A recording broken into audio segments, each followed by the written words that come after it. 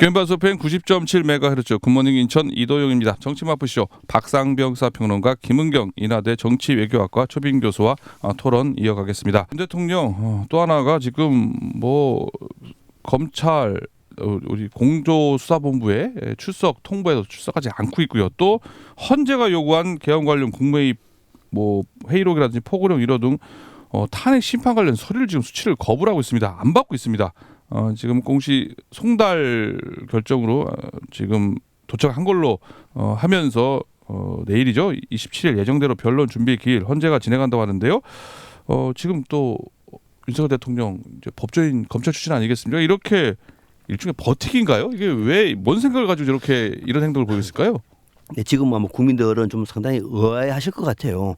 이게 뭐냐고 지금 대통령께서 얼마 전에 성명할 때도 정치적 사법적 책임을 다하겠다고 직접 말을 했는데 지금 뭐 하는 거냐 이럴 텐데 이것도 이제 어떻게 봐야 되냐면은 대통령이 이 법을 어기는 거 뭐 모르겠습니까? 알고 있음에도 불구하고 왜 그럴까? 지금 윤석열 대통령의 입장은 최대한 시간을 끌겠다는 거예요. 왜 그럴까요? 이재명 대표 선거 때문에 그런 거죠? 그렇죠. 이재명 대표가 내년 한 2월달 말 정도 되면은 항소심이 있는데 그리고 빠르면은 한 4월달 정도 되면은 대법원 판결도 있는데 혹시 상소심에서 당선 무효에 나와버리면 끝날 텐데 그 전에 혹시 자신이 헌재에서 빨리 결론이 나가지고 탄핵이 돼버리면은 바로 대선 날짜가 잡히니까 그거는 안 되지. 그럼 어떡할까? 최대한 버티는 거예요. 이런저런 이유로 변호사 선임 안 됐는데 그리고 소송 지금 준비 아직 안 됐어요. 또 검찰이 나오세요. 또는 저기 어디입니까? 공수처에서 나오시라. 아직까지 지금 변호사들로 상의도 안 됐는데 좀 더 시간을 주세요. 그래서 안 나오는 거예요. 그렇게 해도 설마 체포영장이 집행되지 않겠다. 체포영장 와도 못 들어가요. 경호처가 막았어요. 막았을 겁니다. 그걸 뚫고 들어가기는 쉽지는 않아요. 그만큼 대통령의 힘이 막강한 겁니다. 우리나라는. 그래서 지금 윤 대통령은 최대한 빨리, 반면에 이제 민주당은 윤 대통령은 최대한 늦게, 반면에 민주당은 최대한 빨리. 이 싸움이 지금 진행되고 있는 겁니다. 지금 공수처의 3번의 출석 요구에 불응하면 사실은 체포해야 되거든요. 일반적으로는 그런 절차를 따라야 되는 거죠. 대통령 직무만 정지되어 있는 상태이기 때문에 그것까지는 어려울 거라고 보고 수사에 협조 안 하는 거는 그럴 수 있다고 쳐도 지금 헌법재판소의 이 탄핵 심판을 지연시키는 것은 정말 대통령으로서는 정말 너무 없어 보이는 이런 버티기 모습이 비루하다라는 표현을 쓰더라고요. 너무 구차해 보입니다. 전략이라니까요. 전략이라고. 구차하든 뭐하든 간에 그죠? 최대한 늦게 해야 이재명 대표. 그렇죠. 그러면 말이라도 그렇게 하지 말죠. 내가 정치적으로나 법적으로나 그 책임을 피하지 않고 받겠다라고 했던 말과 지금 보여주는 행동은 너무 동떨어져 있을 뿐만 아니라 언론에서도 그렇게 얘기를 하거든요. 법 전문가. 검사 출신의 법 전문가가 법 기술자처럼 대응하는 모습 정말 국민들이 보기에는 내가 저런 대통령을 뽑았고 2년 이상 그 대통령을 우리가 인정하고 있었나? 라고 오히려 국민들이 자괴감을 느끼는 그런 모습을 보이고 있다. 알겠습니다. 요거는 평론가님 말씀대로 이제 이재명 대표의 선거 결과를 기다리기 위해서 정권이 설사 교체된다고 하더라도 이재명 대표 당신만큼은 안 돼. 이재명은 안 됩니다. 그런 차원에서 그것이 여권 전체의 분위기예요. 또 하나 뭐 하실 말씀 있으세요?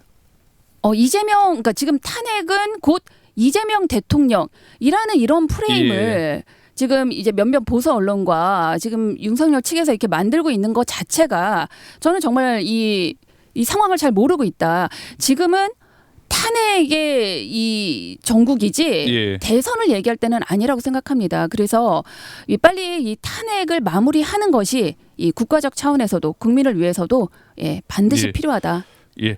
또 하나 탄핵 관련된 얘기 중에서요. 이제 충암고 얘기, 또 육사 카르텔 얘기 나오지 않습니까? 오늘은 용연파 얘기까지 나오더라고요. 그래서 대북에 직접 포격하려고 했었다라는 오늘 언론 보도도 일면에 나왔었는데요.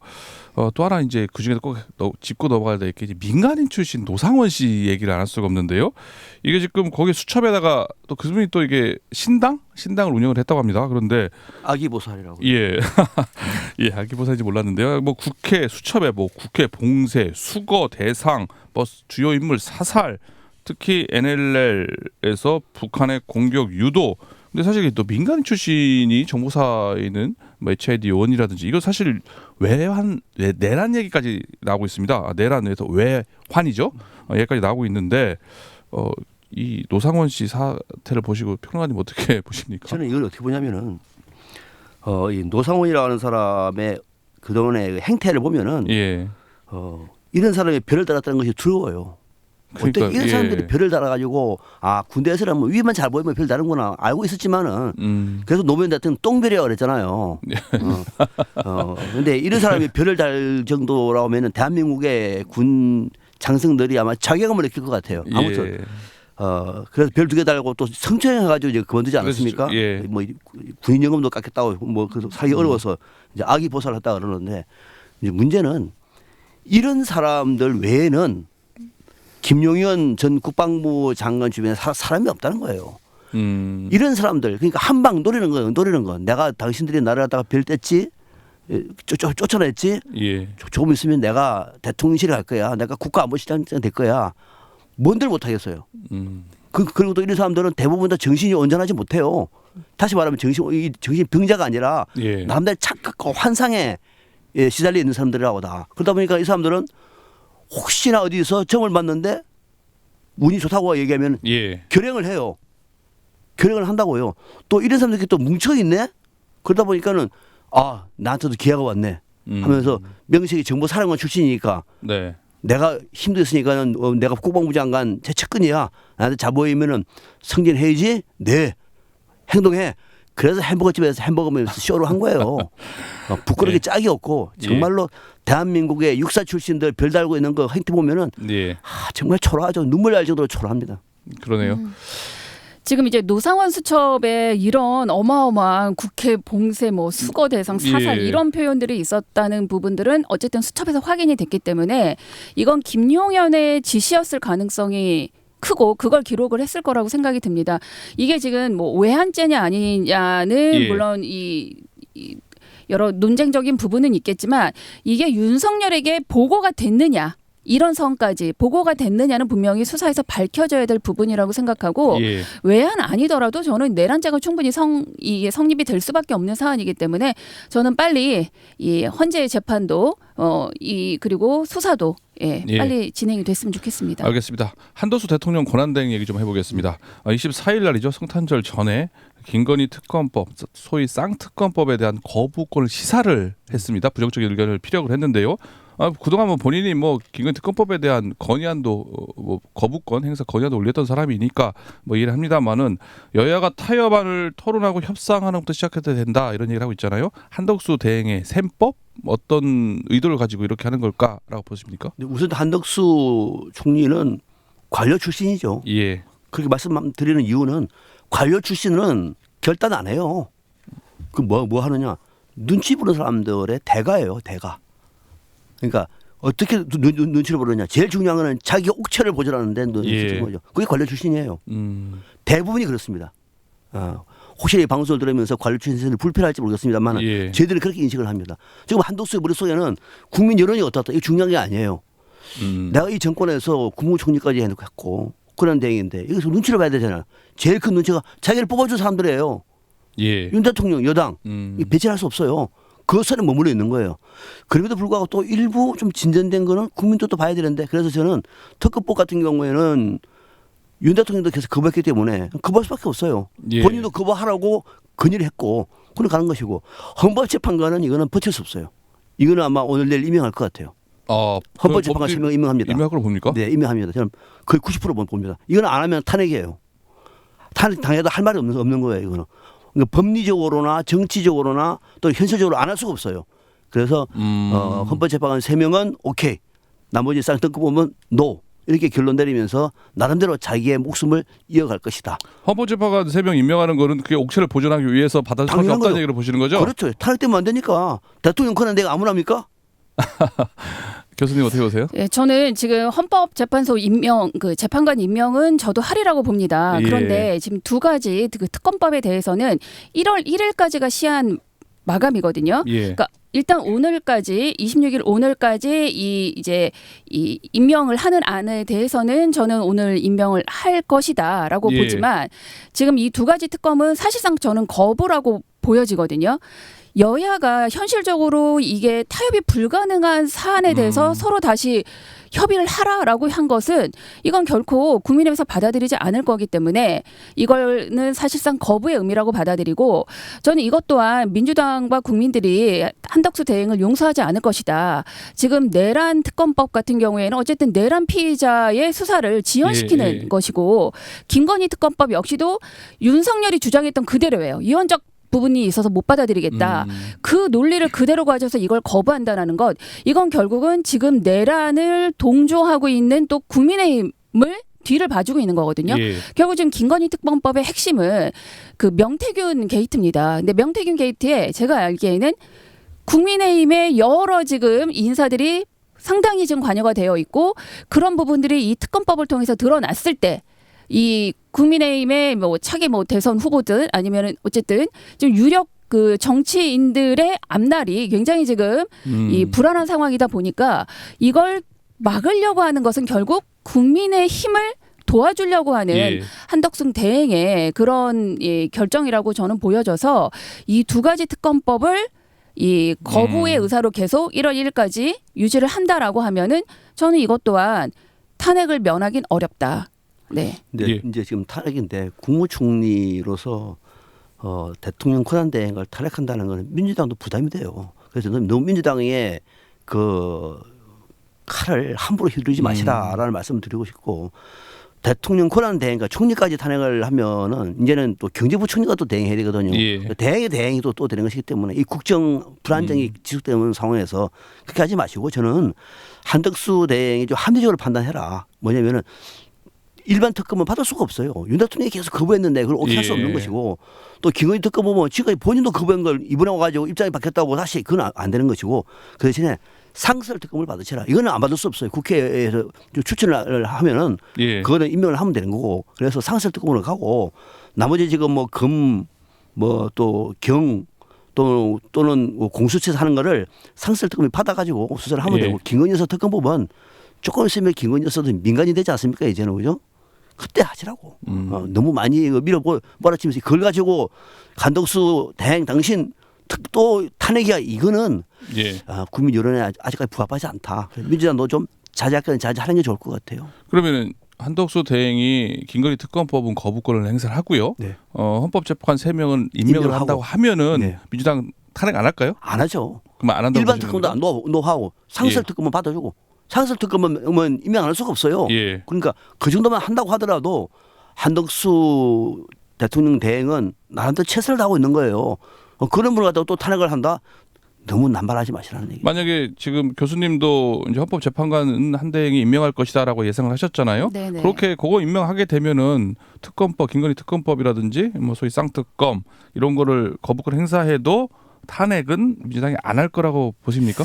저는 안 한다고 보지는 않습니다. 왜냐하면 그래도 할 수 있다. 예, 헌법재판관은 당연히 저는 이건 임명을 해야 되는 거예요. 국회 몫으로 이 그냥 형식적 절차만 대통령이 예. 임명하는 것인데 이걸 가지고 뭐 대행의 역할을 충분히 했다. 저는 그렇게 말할 수는 없고 이건 당연히 해야 되는 부분이고 예. 이 두 특검법 역시도 저는 이 국민적 의사에 반하는 것이며 대행의 역할은 어쨌든 가장 최소화해야 되는 거 아니겠습니까? 예. 근데 이걸 계속 윤석열의 입장을 계속 고수한다라고 하는 것은 저는 지금 이런 시국에 맞는 결정인가?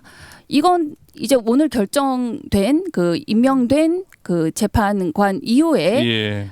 이걸 다시 좀 민주당에서 다시 논의를 하겠지만 이제 뭐 이 3명 임명해 줬으니까 뭐 탄핵은 이제 안 한다라고 못 박을 문제는 아니라고 생각합니다. 예. 네.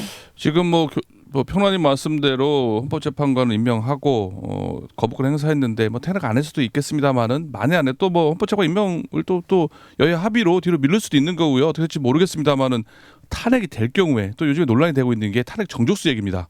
왜냐하면은 그 일반 국무위원으로 하면은 재적용 과반수면은 이제 탄핵 소추 가게 가능하다 네네. 보는데 그거는 대통령의 권한 대행이기 때문에 대통령처럼 200명 이상의 재적용 3분의 2 이상의 이런 논란이 있지 않습니까? 논란 없어요. 어렵습니까? 국민의 힘만 우기는 거죠. 우리 헌법에는요. 예. 탄핵의 대상이 적시돼 있어요. 누군지 대통령, 국무위원이에요. 예. 그때 나머지 헌법재판관 쭉 이렇게 나온다고요. 거기 대통령 권한 대행 없어요. 아 명문적인 그 명문 헌법에 규정이 없는데 없기 어떻게 때문에. 그러니까 대통령을 탄핵하든지 국무총리를 탄핵하는 것이지 아. 대통령 권한 대행일 경우는 그런 거 없어요. 그러니까는 국무총리에서 해임되면은 대통령 권한 대행 그만두는 거예요.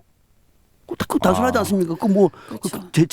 제적의원의 가반이죠. 예. 150명이면 돼요. 아, 그러니까 그렇군요. 민주당 입장에서도 국무총리 한덕수로서도 분명히 탄핵의 꺼리는 있어요. 예. 이 내란을 어쨌든 막지 못한 동조한 이런 부분으로도 저는 그냥 국무총리로서도 탄핵의 조건은 가능하기 때문에 예. 150명 이건 민주당의 힘으로도 뭐 국무총리는 탄핵 가결할 수 있는 부분이죠. 그러면 지금 말씀하신 것처럼 여러 가지 이런 상황 중에서 헌법재판 임명 문제라든지 아니면은 뭐 쌍특검 문제로 하면 결국은 다시 또 탄핵 정국 이제 탄핵 정국 중에서도 총리 지금 한덕수 권한 대행에 대한 탄핵 절차가 되면 또 바로 그 다음 후임 경제부총리로 넘어갈 가능성이 상당히 높다고 볼 수가 있겠습니다. 저는 높지 않다고 봐요.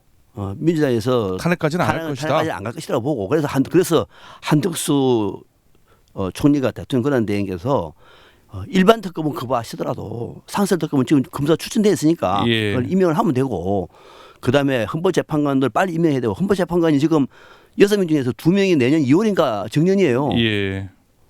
그 나머지는 이제 대통령 혹시 몫입니다 또. 이런 상황에서 그럼 그때도 2명이 아웃돼 버리면은 지금 6명인데 4명이에요.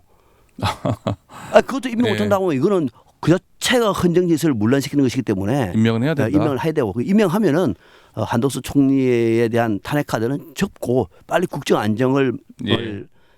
지수시키는 쪽으로 방향을 잡는 것이 민주당한테도 유리하다고 보는 거죠. 예. 이번 이 탄핵 정국 관련해서 좀 마무리하는 좀 꼭 하고 싶은 말씀 한 말씀씩 듣고 하면 이런 방향으로 좀 나갔으면 좋겠다. 정리하는 말씀 한 번씩 좀 듣고 마무리하겠습니다. 김웅현 교수님. 올 한 해가 이 정치인 테러, 이재명 당대표의 테러로 1월에 시작을 하고 예. 12월 마무리를 계엄으로 마무리하는 정말 저는 혹독한 겨울, 사계절 없는 겨울을 난 한 해라고 생각이 듭니다. 지금 저는 가장 중요한 건 어쨌든 예. 탄핵은 헌법재판소의 결정으로 넘어가 있는 상태니 저는 이건 국가와 국민을 위해서 가급적 빨리 이 결정이 나는 것이 중요하다. 그래서 윤석열 대통령이 거기에 빨리 협조를 저는 해서 전국을 안정시키는 그래서 빨리 내년에 봄에 진정한 봄이 왔으면 좋겠습니다. 그러니까 헌법재판관들도 빨리 임명이 돼야 되고 또 윤석열 대통령도 뭐 서로 같은 협조해라. 거 협조해서 네네. 지금처럼 뭐 괜히 말한 대로 지켜라. 지켜라. 네. 알겠습니다. 네. 지금 우리나라를 비롯해서 전 세계적으로 민주주의가 위기입니다. 미국은 민주주의 위기를 이미 지난 상황이고요. 유럽에서도 민주주의 위기가 많아요. 극우가 설치고 예. 또 더 나아가서 민주주의 시스템이 붕괴되는 이런 상황에 우리도 지금 민주주의 위기상을 목도하고 있습니다. 그런데 다행히도 우리는 국민의 수준이 높아요. 국민이 총을 막았었습니다. 예. 그러나 자칫 이 민주주의에 대해서 우리가 소홀해버리면은 어느 순간에 민주주의가 바이바르 공화국처럼 무너지면서 엉뚱한 사람이 또 권력을 차지할 수가 있어요. 히틀러 같은. 예. 그래서 이럴 때일수록 국민들은 민주 시민으로서의 성숙함을 가지고 이 상황을 주시하면서 때로 행동에 나서고 목소리를 높이는 그래서 민주주의는 우리 국민이 지킨다는 이런 각오를 올 한 해를 좀 마무리했으면 좋겠습니다. 예, 오늘 윤석열 대통령의 비상계엄 그리고 탄핵 정국에 관한 얘기 전망에 대해서 얘기 나눴고요. 오늘 좀 이게 벌써 우리 마지막입니다. 오늘 우리 정치 바쁘시오. 올해 마지막 시간인데요. 그동안 1년 동안 너무 많이 써주시고 이렇게 방송에 아침 일찍 나오셔서 토론해 주셨는데요. 청취자 여러분들께 아니면 뭐 새해 덕담이라든지 인사 한 말씀 듣고 오늘 마무리하겠습니다. 먼저 아니면 뭐 우리 정치 바쁘시 하면서 소감 느낌 간단히 소개 얘기해 주셔도 되고요, 교수님. 매주 이렇게 한국 정치에 대한 얘기를 이렇게 나눌 수 있어서 저 역시도 좋았는데 예. 올해는 정말 너무 우울한 소식들이 많았고 국민들에게 힘이 되지 못했던 정치인 것 같습니다. 내년에는 이 국민들이 느끼는 고통에 뭔가 응답할 수 있는 그런 정치권이 됐으면 좋겠습니다. 예. 평론가님도 한번 저도 평소 갖고 있던 고민들을 이 방송을 통해서 생생하게 내보내는 것 자체는 사실 큰 보람이죠. 또 우리 애청자분들이 가끔 쓴소리 또 좋은 소리도 올려주시고 또 예. 영광이고 특히 우리 그 스텝진하고 예. 또 우리 존경하는 교수님하고 두 분하고 일주일에 한 번씩 아침 방송하는 거 굉장히 행복하게 지내고 있고 새해에는 또 좀 더 분발하도록 노력하겠습니다. 고맙습니다. 두 분 이렇게 1년 내내 우리 정치 마프쇼 함께 해주셔서 고맙고요. 오늘 또 이렇게 출연해 주셔서 좋은 말씀 해주셔서 고맙습니다. 네, 고맙습니다. 네, 감사합니다. 지금까지 박상병 사평론가 김은경 인하대 초빙교수와 함께한 정치 마프쇼였습니다.